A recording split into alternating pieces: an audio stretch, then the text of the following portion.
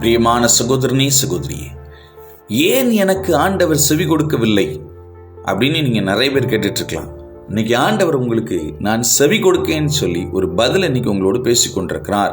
சங்கீதம் 66:18, என் இருதயத்தில் அக்கிரம சிந்தை கொண்டிருந்தேனானால் ஆண்டவர் எனக்கு செவி கொடார். இன்னைக்கு ஆண்டவர் உங்களோடு பேசிட்டு இருக்காரு.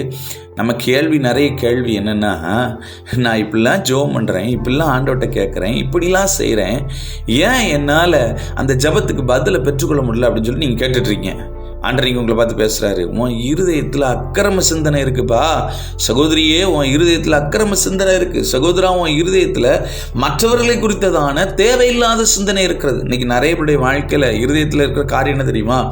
அவங்கெல்லாம் செத்து போனால் நல்லா இருக்கும், அவங்கெல்லாம் வராமல் இருந்தால் நல்லா இருக்கும், இவங்கெல்லாம் இப்படி இருந்தால் நல்லா இருக்கும், நான் மட்டும் இப்படி இருக்கணும், நான் மட்டும் நல்லா இருக்கணும், அவங்க வந்தால் பிரச்சனை, இவங்க வந்தால் அது, அவங்க வந்தால் இப்படி, அவங்க அப்படி செஞ்சுருவாங்க, இவங்க இப்படி செஞ்சுருவாங்க, நான் நல்லவன் அப்படின்னு சொல்லி நம்மளை நாமளே பெருமைப்படுத்திட்டு நம்ம இருதயத்தில் அக்கிரம சிந்தனை கொண்டிருக்கோம் அப்படின்னு சொல்லி சொல்றாரு.